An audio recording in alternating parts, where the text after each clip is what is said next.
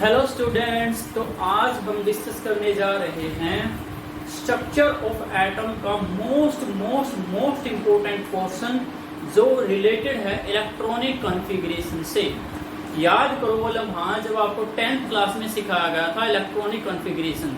तो 10th class में आपको सिंपल ये सिखाया था K shell, L shell, M shell में भी के सेल में 2 इलेक्ट्रॉन आते हैं, एम सेल में 8 इलेक्ट्रॉन आते हैं, ठीक है। एल सेल में 18 इलेक्ट्रॉन मैक्सिमम आ सकते हैं और 12 वाली सेल में 1 इलेक्ट्रॉन रखने हैं। बट वो 10th क्लास तक ही वैलिड था, वो बोहर के अकॉर्डिंग था। बट अब हम क्या पढ़ रहे हैं, क्वांटम मैकेनिक्स पढ़ रहे हैं। तो क्वांटम नंबर की हमने बात की थी पिछले वीडियो लेक्चर में, एटॉमिक ऑर्बिटल्स की बात की थी, S orbital, P orbital, D orbital, F orbital, ठीक है। एस में कितने, एस सब सेल में कितने इलेक्ट्रॉन आ सकते हैं, 2। पी में 3 ऑर्बिटल होते हैं, 6 इलेक्ट्रॉन मैक्सिमम आ सकते हैं। डी में 5 ऑर्बिटल होते हैं, तो 10 इलेक्ट्रॉन मैक्सिमम आ सकते हैं। एफ में 7 ऑर्बिटल होते हैं, तो 14 इलेक्ट्रॉन मैक्सिमम वहां पर आ सकते हैं। अब पॉसिबल ऑर्बिटल बहुत सारे हो सकते हैं, किसी भी एटम के लिए पॉसिबल ऑर्बिटल बहुत सारे होते हैं। उसके हर एक ऑर्बिटल के कॉरस्पॉन्डिंग उसकी एनर्जी होती है, उसका वेव फंक्शन होता है। अब ऑर्बिटल्स होते हैं, सबकी एनर्जी डिफरेंट होती है, ये हमने शो किया था पिछले वीडियो लेक्चर में, दिखाया था कैसे एनर्जी है जो डिपेंड करती है प्रिंसिपल क्वांटम नंबर पर। प्रिंसिपल क्वांटम नंबर की वैल्यू बढ़ती जाएगी, एनर्जी भी क्या होती जाएगी, बढ़ती जाएगी। उसके अलावा हमने एक चीज और देखी थी कि जो हाइड्रोजन एटम है और हाइड्रोजन लाइक जो आयंस हैं, जैसे हीलियम पॉजिटिव, लिथियम 2 पॉजिटिव, जिसमें 1 इलेक्ट्रॉन है, सिंगल इलेक्ट्रॉन वाली स्पीशीज, उसमें तो एनर्जी केवल प्रिंसिपल क्वांटम नंबर पर डिपेंड करती है। बट जो मल्टी इलेक्ट्रॉन सिस्टम है वहां पर energy principal quantum number plus azimuthal quantum number पर डिपेंड करती है, ठीक है। इनके n+l वैल्यू पर डिपेंड करती है। तो जितनी ज्यादा n+l वैल्यू उतनी ज्यादा एनर्जी। तो डिफरेंट ऑर्बिटल होते हैं किसी भी एटम में, तो उन ऑर्बिटल्स में हमने क्या करने हैं, इलेक्ट्रॉन डालने हैं, इलेक्ट्रॉन फिल करने हैं। उसको हमने क्या बोल दिया, electronic configurations. That means filling of electron, किसमें, फिलिंग ऑफ ऑर्बिटल्स, या फिलिंग ऑफ क्या बोल सकते हैं, filling of atomic orbitals. Atomic orbital में क्या फिल करेंगे, इलेक्ट्रॉन फिल करेंगे, ठीक है ना। और उसके लिए कुछ रूल पढ़ने होंगे। अब इलेक्ट्रॉन का डालना, इलेक्ट्रॉन का फिल करना एटॉमिक ऑर्बिटल्स में एक हाइपोथेटिकल कॉन्सेप्ट है, ठीक है ना। अब उसके लिए कुछ रूल की रिक्वायरमेंट होती है, वो रूल आज हम डिस्कस करने जा रहे हैं। यानी कि आज आप नए तरीके से इलेक्ट्रॉनिक कॉन्फ़िगरेशन लिखना जान जाओगे, ठीक है। तो उसके लिए क्या क्या रूल है, सबसे पहले रूल और principle for writing the electronic configuration of an atom क्या है, ऑफ बाहु प्रिंसिपल। सबसे पहले वाला प्रिंसिपल कौन सा होता है, ऑफ बाहु प्रिंसिपल से। सेकंड कौन सा पढ़ना है, बोहर-ब्यूरी रूल, n+l रूल, यही बताएगा कि किस ऑर्बिटल की एनर्जी किस ज्यादा है, किसी कम है।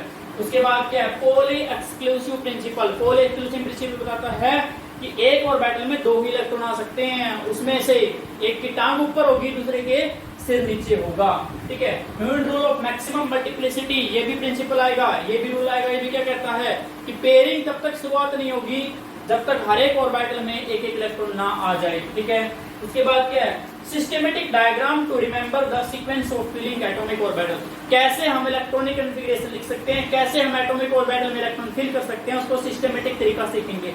एंड लास्ट में energy level diagram. Energy level diagram किसके लिए, हाइड्रोजन एटम के लिए और मल्टी इलेक्ट्रॉन सिस्टम के लिए हम पढ़ेंगे। तो जैसे मैंने बता दिया है, आज वाला वेरी इंपॉर्टेंट है। अगर आज वाला नहीं है, रूल नहीं है, तो हमेशा इलेक्ट्रॉनिक कॉन्फ़िगरेशन लिखते टाइम गलती करोगे तो बहुत जगह मार खाओगे, ठीक है। तो शुरू करते हैं सबसे पहले आप बाहु प्रिंसिपल से। आप बाहु जो वर्ड है, बहुत सारे बच्चे इसमें कंफ्यूज रहते हैं कि किस साइंटिस्ट का नाम है ना। पहली बात तो ये साइंटिस्ट का नाम नहीं है, आप बाहु एक जर्मन का वर्ड है, जर्मन लैंग्वेज का वर्ड है, जिसका मतलब होता है बिल्डिंग अप। तो आप बाहु क्या है, ये जर्मन वर्ड है, एक जर्मन लैंग्वेज का, ठीक है, जिसका मतलब क्या होता है, बिल्डिंग अप। बिल्डिंग अप का मतलब क्या होता है, जैसे आप क्या करते हो, भी सीढ़ियां चढ़ते हो, है ना।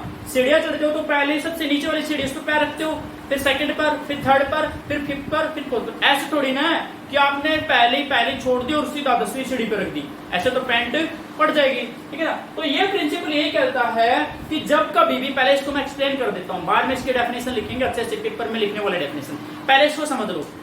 अब बहु प्रिंसिपल कहता है कि जब कभी भी हम एटॉमिक ऑर्बिटल्स में इलेक्ट्रॉन डालेंगे, यानी कि एटॉमिक ऑर्बिटल को फिल करेंगे, तो सबसे पहले वो एटॉमिक ऑर्बिटल फिल किया जाएगा जिसकी एनर्जी मिनिमम है। क्या बोला मैंने? एटॉमिक ऑर्बिटल्स जब हम फिल करते हैं किसी एटम के लिए, ठीक है ना, यानी कि एटॉमिक ऑर्बिटल्स में इलेक्ट्रॉन डालते हैं, तो सबसे पहले इलेक्ट्रॉन उस ऑर्बिटल में डाला जाएगा जिसकी सबसे कम एनर्जी है, फिर ज्यादा एनर्जी वाला, फिर उससे ज्यादा एनर्जी वाला, फिर उससे ज्यादा एनर्जी वाला। जैसे आप सीढ़ी चढ़ते हो तो सबसे पहला, मान लो सीढ़ियां क्या है, सीढ़ियां आपके एटॉमिक ऑर्बिटल है, एनर्जी लेवल है डिफरेंट। तो सबसे पहले एनर्जी लेवल किसकी आएगी? जिसकी सबसे कम एनर्जी होगी उसमें इलेक्ट्रॉन डाल देंगे, वो भर गया, फिर नेक्स्ट ऑर्बिटल में, फिर वो भर गया नेक्स्ट ऑर्बिटल में। तो इसको कैसे लिखेंगे हम? कैसे लिखेंगे? For an atom in ground state, for an atom in ground state, ground state क्या होता है वो भी बताऊंगा। Ground state, for an atom in ground state, the electrons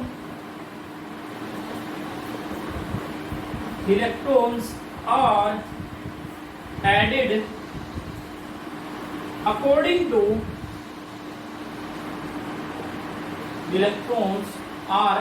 according to increasing energies of atomic orbitals.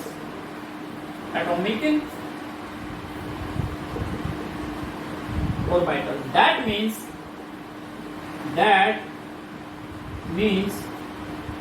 an orbital which has lowest energy,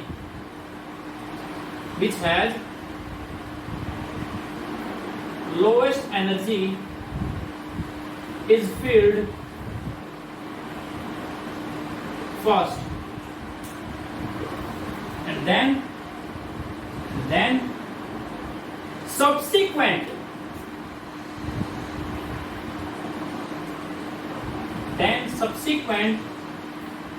orbitals are filled according to increasing energy level, increasing energies बोल सकते हो सीधा। क्या लिखा मैंने लिखा कि जब कभी भी हम किसी एटम के ग्राउंड स्टेट में इलेक्ट्रॉन भरने जा रहे हैं एटॉमिक ऑर्बिटल में, तो वो एटॉमिक ऑर्बिटल सबसे पहला भरा जाएगा जिसकी एनर्जी सबसे कम है। एक बार वो भर गया, फिर कौन सा भरा जाएगा? उससे नेक्स्ट एनर्जी जिससे ज्यादा है, फिर वो भरा गया, फिर उससे नेक्स्ट एनर्जी जिसकी ज्यादा है, फिर नेक्स्ट एनर्जी जिसकी ज्यादा है। तो सब्सिक्वेंटली उसको हम क्या करते जाएंगे? फिल करते जाएंगे। अब हमें कैसा पता चले कि किसकी एनर्जी कम है और किसकी एनर्जी ज्यादा है? एक बार इसकी फोटो ले लो जल्दी से। For an atom in ground state the electrons are added according to increasing energies of atomic orbital. That means an orbital which has the lowest energy is filled first, and then subsequent orbitals are filled according to their increasing energies. Electron सबसे पहले उसमें डाला जाएगा जिसमें क्या है? सबसे कम energy है, उसके बाद ज्यादा वाला, फिर ज्यादा वाला, फिर ज्यादा वाला, ऐसे फिल करते जाएंगे।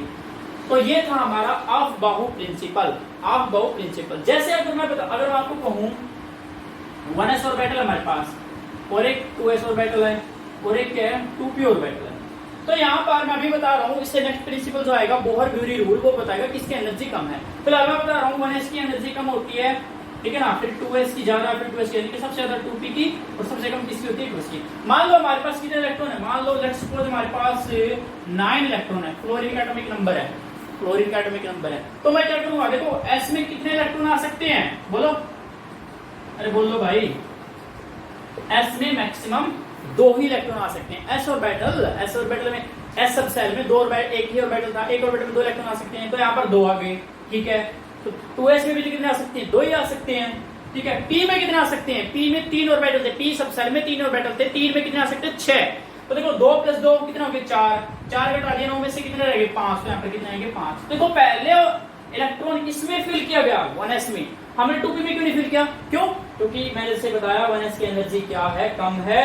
फिर उससे ज्यादा एनर्जी किसकी है 2s की, फिर किसकी है 2p की। तो पहले कम एनर्जी वाले में भरे जाएंगे, फिर उससे नेक्स्ट ज्यादा में, फिर उससे नेक्स्ट ज्यादा में। तो ये था Aufbau principal, building up principal. ठीक है, अब कैसे पता चले कि किसकी एनर्जी ज्यादा है और किसकी एनर्जी कम है, जानने के लिए देखते हैं सेकंड रूल, बोहर-ब्यूरी रूल, या जिसको बोलते हैं N+L rule.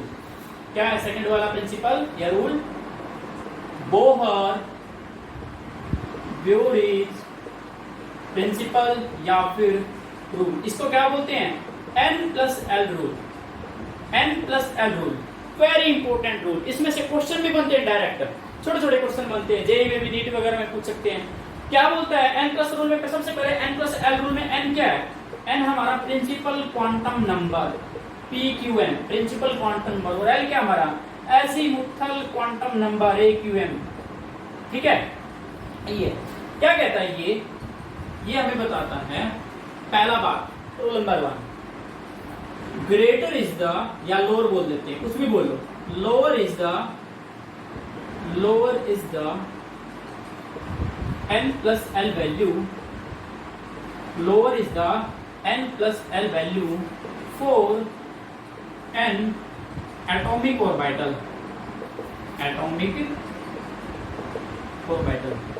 lower will be energy, lower will be the energy. यानी कि N+L की वैल्यू जितनी कम होगी उतनी ही एनर्जी भी क्या होगी? कम होगी। या अदर वर्ड में क्या बोल सकता हूँ? N+L की वैल्यू जितनी ज्यादा होगी एनर्जी भी क्या होगी? ज्यादा होगी। ठीक है ना? तो देखो इसको कैसे कर सकते हैं। मान लो हमारे पास क्या है, एक तो 1s है और एक क्या हमारे पास 2s है ना जी। दोनों की एनर्जी पता करनी है कि किसकी कम है किसकी ज्यादा है। तो n की वैल्यू सामने रखी है, ये क्या है? जो 1 लिखा है, 2 लिखा है, 3 लिखा है, 4 लिखा है, 5 लिखा है, किसी ऑर्बिटल के सामने, वो किसकी वैल्यू होती है? प्रिंसिपल क्वांटम नंबर की। तो यहाँ पर इसके लिए n की वैल्यू कितनी है? 1। यहाँ पर इसके लिए n की वैल्यू कितनी है? 2। इनके प्रिंसिपल क्वांटम नंबर की वैल्यू इसके लिए 1, इसके लिए कितनी है? 2। ठीक है, L की वैल्यू, L क्या था याद करो, बोला वहां जब आपको बताया था कि भाई ये L की वैल्यू है 0, 1, 2, 3। किसके लिए? S, P, D, F, G and so on। तो देखो S के लिए क्या है? S के लिए L की वैल्यू 0 है, चाहे वो 1s हो, चाहे वो 2s हो, चाहे वो 100s हो, कुछ भी हो, हमें उससे लेना है, प्रिंसिपल क्वांटम नंबर से लेना है। S के लिए हमेशा कितनी वैल्यू होती है? L की वैल्यू 1। P के लिए S के लिए 0, P के लिए 1। तो यहाँ पर दोनों के लिए L की वैल्यू 0 और L की वैल्यू 0 जोड़ दो। N+L for this. तो यहाँ पे कितना होगा? 1। यहाँ पे कितना होगा? 2। ऑब्वियसली 2 इज मोर देन, इनके ग्रेटर देन 1, तो ज्यादा एनर्जी किसकी है? 2s की। या हम बोल सकते हैं 1s has lower energy then 2s। ये रूल ऐसे हेल्प करता है। ठीक है, अगर मान लो N+L की वैल्यू सेम आ जाए, देन आप क्या करोगे? ये वाला बता लो जल्दी से, इसकी रोक कर फोटो ले लो। ले ली? चलो आगे बढ़ते हैं। ठीक है, इसी में सेकंड रूल क्या कहता है? अगर N+L की वैल्यू सेम आती है, सेकंड वाला पॉइंट क्या है? If two orbitals have same N+L value, then we will check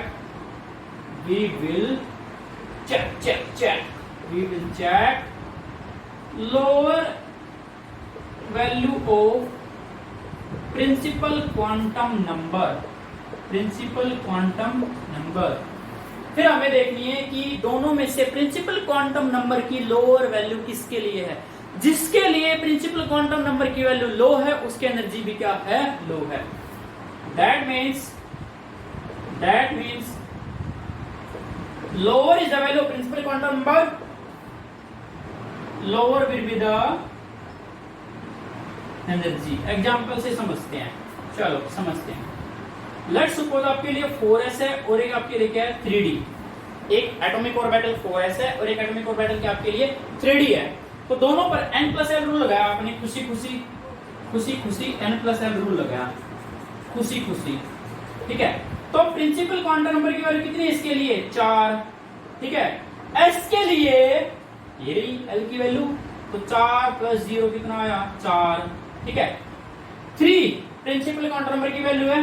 D के लिए एजीमुथल क्वांटम नंबर की वैल्यू कितनी है, डी के लिए 2 है, डी के लिए कितनी है 2 है। ये तो गड़बड़ हो गई, फाइस ले लेते हैं, फाइस ले लेते हैं, फाइस, यस फाइस ले लेगा, ठीक है। तो 5s ले लेते हैं, यहाँ पे 5 आ जाएगा, 5 आ जाएगा, 5 आ जाएगा। अब देखो दोनों के लिए क्या है, दोनों के लिए n + l की वैल्यू सेम है, इसके लिए भी 5 है और इसके लिए भी 5 है। अब हम किसकी एनर्जी कम माने और किसकी एनर्जी ज्यादा माने, तो उसके लिए क्या है, अब हमें देखना होगा कि प्रिंसिपल क्वांटम नंबर की वैल्यू किसके लिए कम है।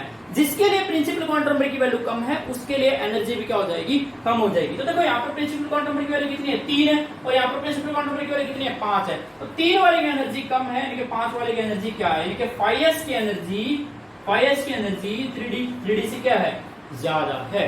तब यहाँ पर ये रूल काम आएगा, ठीक है। अब हमारे पास पॉसिबल जो एटॉमिक, इसको फोटो ले लो जल्दी से, एक मैं चीज बताऊंगा, एनर्जी लेवल डायग्राम भी बताऊंगा मैं अभी आपको, ठीक है।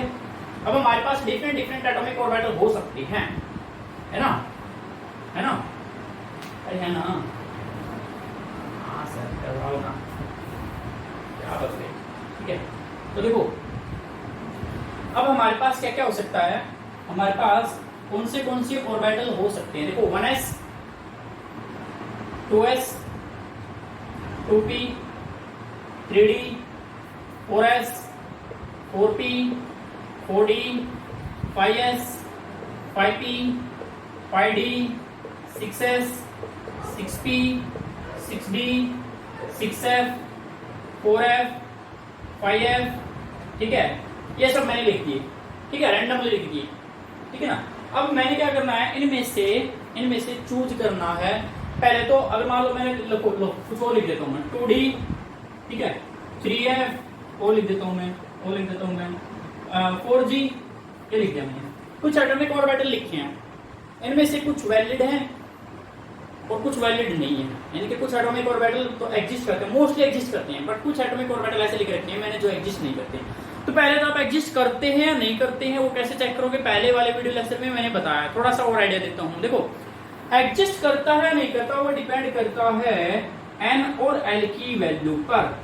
मैंने बताया था n की वैल्यू हमेशा l की वैल्यू से क्या होगी ज्यादा, ना तो n की वैल्यू l की वैल्यू को हो सकती है, ना ही l की वैल्यू n की वैल्यू से ज्यादा हो सकती है। अब देख लो आप 1s में 1, अब l की वैल्यू यहां लिख देता हूं बार बार 0 1 2 3 4 s p d f g, ठीक है। तो प्रिंसिपल क्वांटम नंबर की वैल्यू कितनी है 1 और l की वैल्यू कितनी है 0, तो ये एग्जिस्ट करेगा, यस करेगा। 2s 2 है 0 है, करेगा। प्रिंसिपल क्वांटम नंबर की वैल्यू कितनी है 2 और एजिमुथल क्वांटम नंबर की वैल्यू कितनी है 1, करेगा। 3d प्रिंसिपल क्वांटम नंबर की वैल्यू कितनी है 3 और d के लिए l की वैल्यू कितनी है, d के लिए l की वैल्यू कितनी है 2, तो करेगा। 4 0 बिल्कुल करेगा, 4 1 करेगा, 4 2 करेगा, 5 0 करेगा, 5 p बिल्कुल करेगा, बिल्कुल करेगा, बिल्कुल करेगा, बिल्कुल करेगा, बिल्कुल करेगा, बिल्कुल करेगा, चेक कर लेना। 5f क्या करेगा 5f check check check. 5 principal quantum number की वैल्यू है और एजिमुथल क्वांटम नंबर की वैल्यू कितनी है 3, बिल्कुल करेगा, ठीक है। 4f क्या 4f एग्जिस्ट करेगा, प्रिंसिपल क्वांटम नंबर की वैल्यू 4 है और f के लिए एजिमुथल क्वांटम नंबर की वैल्यू 3 है, तो 4 3 से बड़ा होता है, बिल्कुल करेगा। 2d क्या एग्जिस्ट करेगा, check check check. Principal quantum number की वैल्यू 2 और d के लिए एजिमुथल क्वांटम नंबर की वैल्यू यानी कि l की वैल्यू कितनी है 2, तो l की वैल्यू भी 2 और d के लिए जो आपका n की वैल्यू भी 2, तो ये एग्जिस्ट ना करेगा, ना बाबा ना, 2d एग्जिस्ट नहीं करता। 3f क्या एग्जिस्ट करेगा, 3 is value for n and f के लिए l की वैल्यू भी 3, तो ये एग्जिस्ट नहीं करेगा। 4g का जमाना है ना, तो देखते हैं 4g एग्जिस्ट करता है नहीं करता। 4g 4 है प्रिंसिपल क्वांटम नंबर की वैल्यू और 4 है एजिमुथल क्वांटम नंबर की वैल्यू, तो 4g एग्जिस्ट नहीं करता है। तो ऐसे हम पहले तो हम चेक कर सकते हैं कौन से एटॉमिक ऑर्बिटल एग्जिस्ट करते हैं। अब जो एग्जिस्ट करते हैं उनको देख लेते हैं। एग्जिस्ट जो करते हैं, जो लिखे गए हैं आपके सामने स्क्रीन पर, उनमें किसकी एनर्जी क्या होगी, किसकी एनर्जी क्या होगी रे बाबा, ठीक है। तो दोबारा लिख देता हूं एक बार,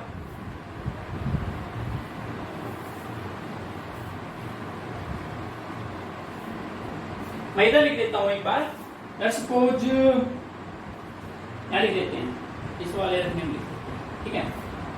1s 2s 2p 3s 3p 3d 4s 4p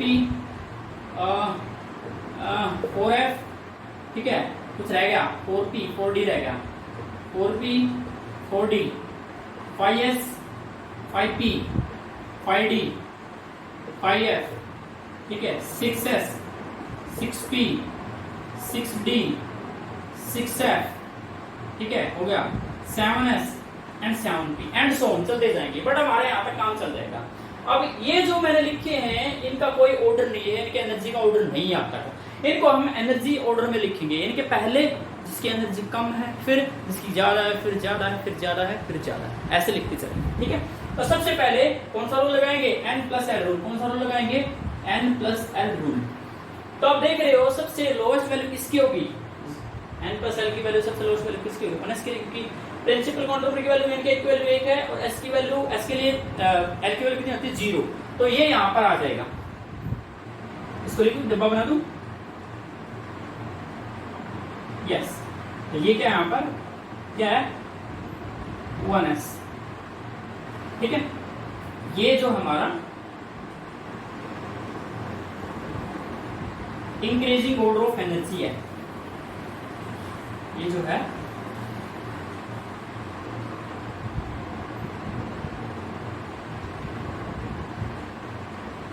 increasing energy, ऊपर एनर्जी बढ़ रही है। तो सबसे एनर्जी कम किसकी हुई, 1s की। उसके बाद ऑब्वियसली 2s आएगा, 2s और 2p में से किसकी एनर्जी कम है, n+l रूल लगाओ, ठीक है। क्योंकि देखो n की वैल्यू दोनों के लिए सम है, s की वैल्यू कितनी है 0, p की वैल्यू कितनी है 1, तो यहाँ पर 3 आएगा, यहाँ पर 2 आएगा, तो यहाँ पर क्या आ जाएगा 2s यहाँ पर आ जाएगा। ये कौन है 2s। उसके बाद कौन आएगा, ऑब्वियसली 2p,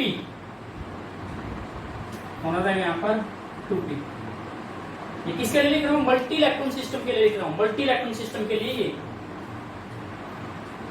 हाइड्रोजन के लिए नहीं है, हाइड्रोजन के लिए इक्वल होगी, वो अभी बाद में कहूंगा। मल्टी इलेक्ट्रॉन सिस्टम के लिए, मल्टी ऊपर दिख रहा है, नहीं दिख रहा है, मल्टी इलेक्ट्रॉन सिस्टम के लिए कहाँ लिखूं, क्या लिखूं, मैं लिख रहा हूँ, क्या आप लिख लो, आप लिख लो मल्टी इलेक्ट्रॉन सिस्टम के लिए 4 multi electron system. Next 2p के बाद क्या आएगा, 2p के बाद 3s आएगा, 3s पक्का लिख दूं, 3s। 2p में आपने बताया नहीं, 2p में कितने ऑर्बिटल होते हैं, p सबसेल में 3 ऑर्बिटल होते हैं, 3 डब्बे बना दिए, ठीक है। उसके बाद क्या है, उसके बाद कौन आएगा 3s, 3s लिख दिया। 3p और 3d में कौन आएगा, 3p और 3d में से देखो n की वैल्यू दोनों के लिए 3 है, p के लिए l की वैल्यू 1 और d के लिए l की वैल्यू 2, तो यहाँ पर तो आएगा 4, यहाँ पर कितना आएगा सम n+l का 5, तो बेसिकली 3p पहले आएगा। 3p तो 3p में कितने ऑर्बिटल हैं, 3 बना दे डब्बे। उसके बाद कौन आएगा 3d और 4s में से कौन आएगा, 3d और 4s में से चेक करो, 3d और 4s में से चेक करो। देखो इसके लिए n+l की वैल्यू कितनी हो जाएगी 4, इसके लिए n+n की वैल्यू कितनी हो जाएगी 5, तो 4 वाला पहले आएगा। 4 क्यों हो जाएगी, प्रिंसिपल काउंट नंबर की वैल्यू तो 4 है, लेकिन एजीमुथल काउंट नंबर की वैल्यू 0 और यहाँ पर प्रिंसिपल काउंट नंबर की वैल्यू 3 है, एजीमुथल काउंट नंबर की वैल्यू 2 है, तो 3 + 2 5 होते हैं और यहाँ पे कितना 4, तो 4s पहले आएगा। हमें तो लगा था 3d पहले आएगा, 4s। उसके बाद कौन आएगा 3d, 1 2 3 4 5, 3d 5 ऑर्बिटल होते हैं ना। f जो d सबसेल होती है, d एनर्जी सब लेवल है, उसमें कितने ऑर्बिटल होते हैं 5 डब्बे होते हैं, ठीक है, 10 इलेक्ट्रॉन टोटल आ सकते हैं। 3d आ गया, ठीक है, 4s आ गया। 4p में से ऑब्वियसली 4p ही आएगा, कहाँ f कहाँ d, ठीक है, 4p पहले आएगा, ये हो गया 4p, ठीक है। अब 4f के तो बाद में चर्चा करेंगे, पहले 4d और 5s की चर्चा कर लेते हैं। 4d और 5s की, देखो 5s के लिए n+l की वैल्यू 5 है, लेकिन 4d के लिए n+l की वैल्यू 6, तो ऑब्वियसली पहले कौन आएगा, पहले वो आएगा जिसके लिए n प्लस एल की वैल्यू। अच्छा इनके बीच में भी कर सकते हैं 4p और 5 के लिए। देखो इसके लिए भी 5 है n प्लस एल वैल्यू और इसके लिए भी 5 है।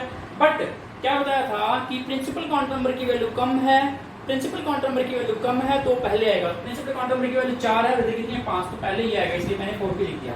उसके बाद कौन आएगा 5s, उसके बाद कौन आएगा 5s। ठीक है चलो 5s हो गया, 4p भी हो गया। 4d और 4f में से कौन आएगा? ऑब्वियसली 4d आएगा।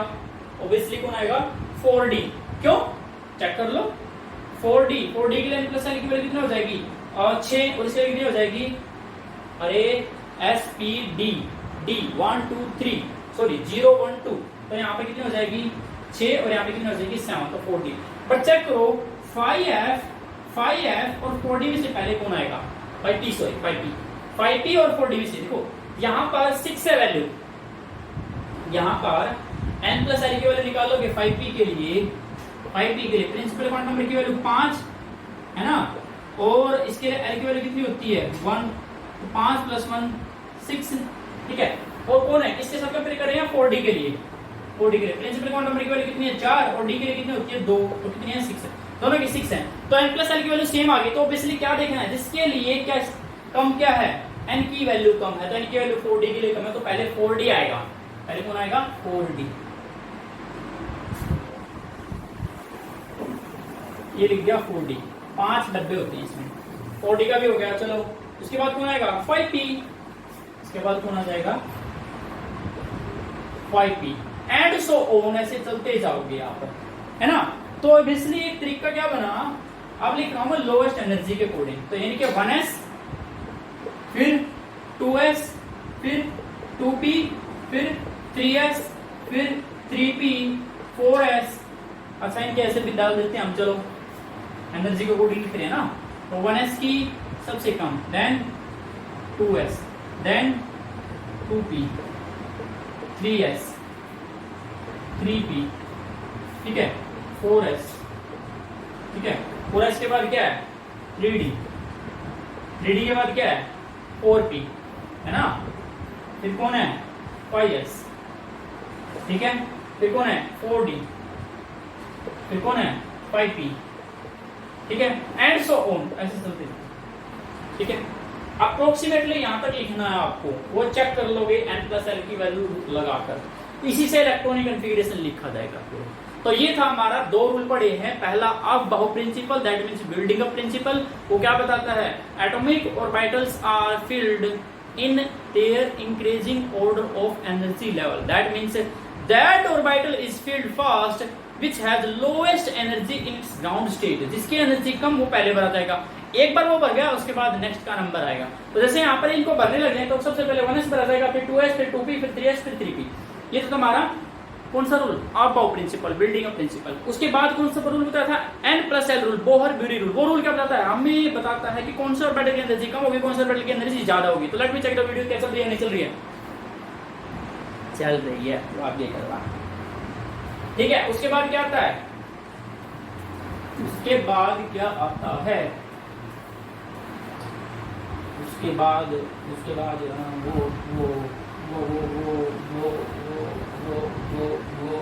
वो एक रूल आता है। कौन सा rule? Pauli exclusion principle. Third rule poly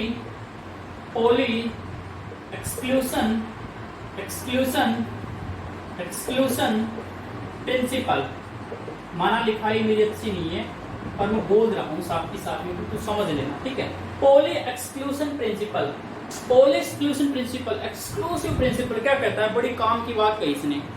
क्या अगर इसकी डेफिनेशन 2 तरीके से कवर कर सकते हैं। पहला, अगर क्वांटम नंबर्स की टर्म्स में कहें तो क्या कहता है? ये एक डेफिनेशन तो इसकी ये, no to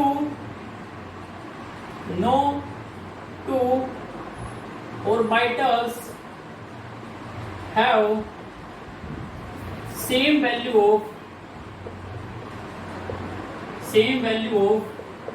all quantum numbers।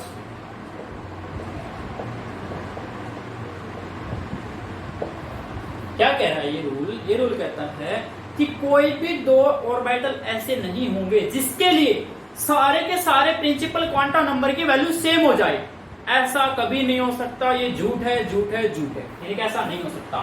ठीक है, इनफैक्ट जैसे 2p ऑर्बिटल है, 2p आज ही अभी बताया था मैंने पिछले लेक्चर में, क्या है 2px 2py and 2pz।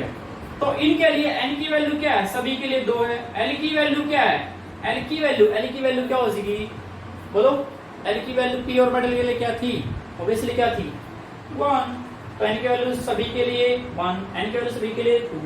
But ml की वैल्यू, मैग्नेटिक क्वांटम नंबर की वैल्यू, एक के लिए क्या है -1, एक के लिए क्या है 0, एक के लिए क्या है +1। तो यहाँ पर ये रूल कहता है कि नहीं, दो एटॉमिक ऑर्बिटल के लिए, चाहे कोई भी एटॉमिक ऑर्बिटल हो, सभी 4 क्वांटम नंबर की वैल्यू सेम नहीं हो सकती। उसके अलावा मान लो इसमें मान लो 2 इलेक्ट्रॉन है, मान लो ऐसे है, तो इस ऑर्बिटल में कितने इलेक्ट्रॉन, मान लो px में 2 इलेक्ट्रॉन है, px में कितने इलेक्ट्रॉन है 2, ठीक है ना। 2px में 2 इलेक्ट्रॉन है, ठीक है, 2 2py में और 2 2pz में है, देख 6 होते हैं ना टोटल, ठीक है ना। तो यहाँ पे 2 इलेक्ट्रॉन है, इन इलेक्ट्रॉन की भी स्पिन अपोजिट होती है, एक क्लॉकवाइज घूम रहा होगा और एक कैसे घूम रहा होगा, एंटी क्लॉकवाइज। तो दूसरी डेफिनेशन क्या है, पहले डेफिनेशन उतार लो इसकी, दूसरी डेफिनेशन क्या कहता है, an orbital can accommodate maximum 2 electrons, an atomic orbital, थोड़ा साफ लिख ले master, an atomic orbital, okay, an atomic orbital can accommodate, spelling भी गलत लिखता हूं मैं, ठीक है। an atomic orbital can accommodate maximum 2 electrons in it।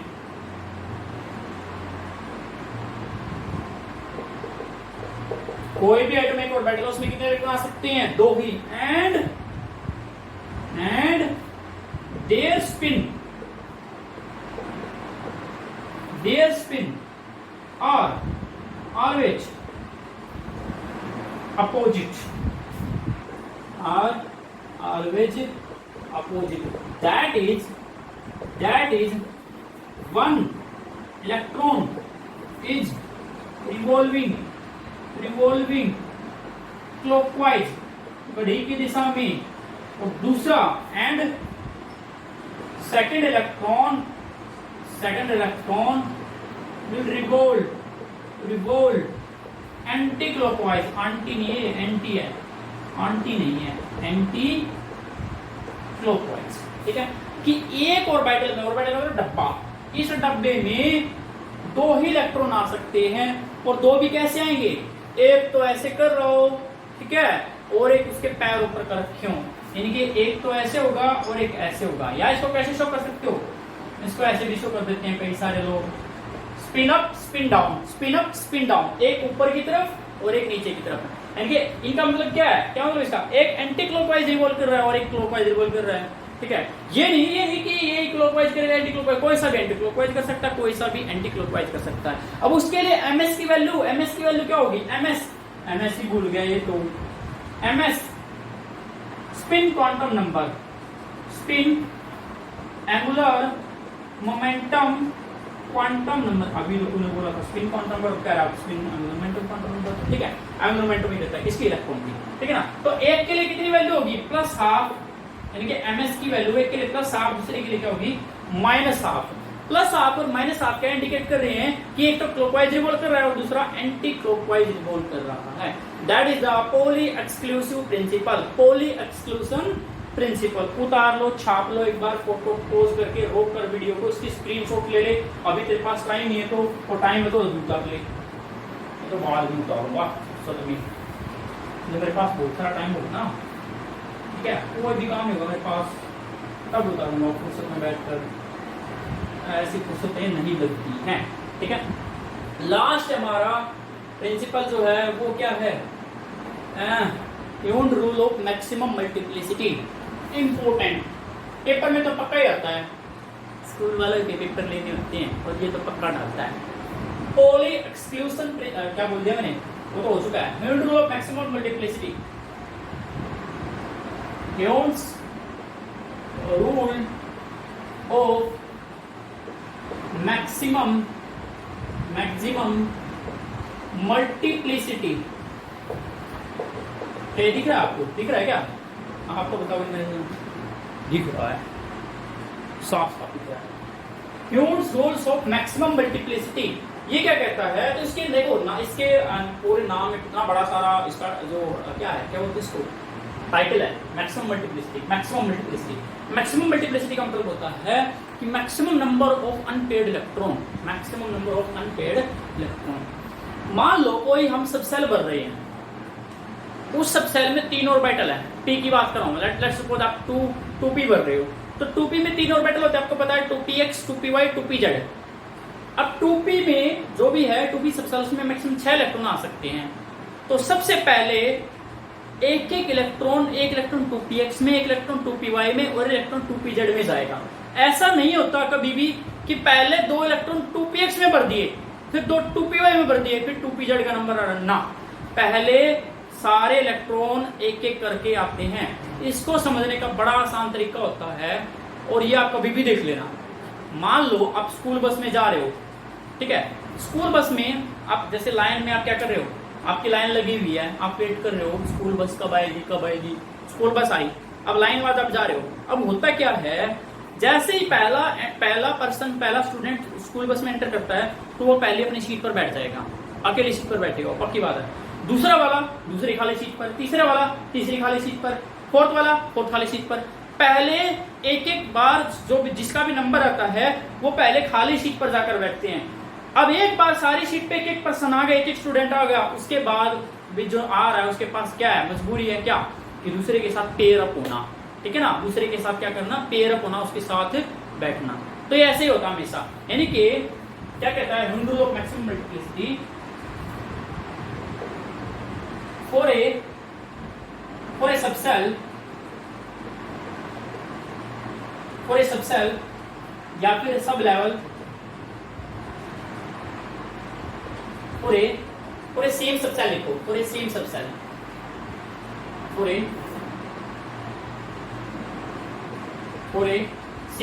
और sub level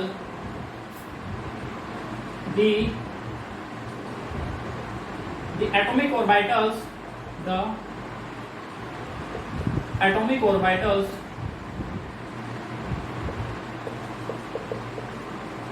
are filled.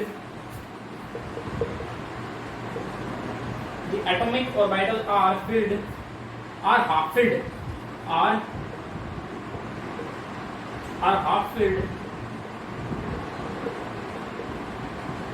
first, and then pairing start. And then pairing of electron starts. ठीक है, पहले हाफ फिल्ड होंगे, एक इलेक्ट्रॉन आएगा, या इसको कैसे लिख सकते हो, that means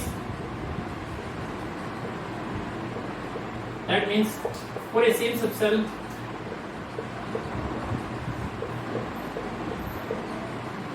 subcell each orbital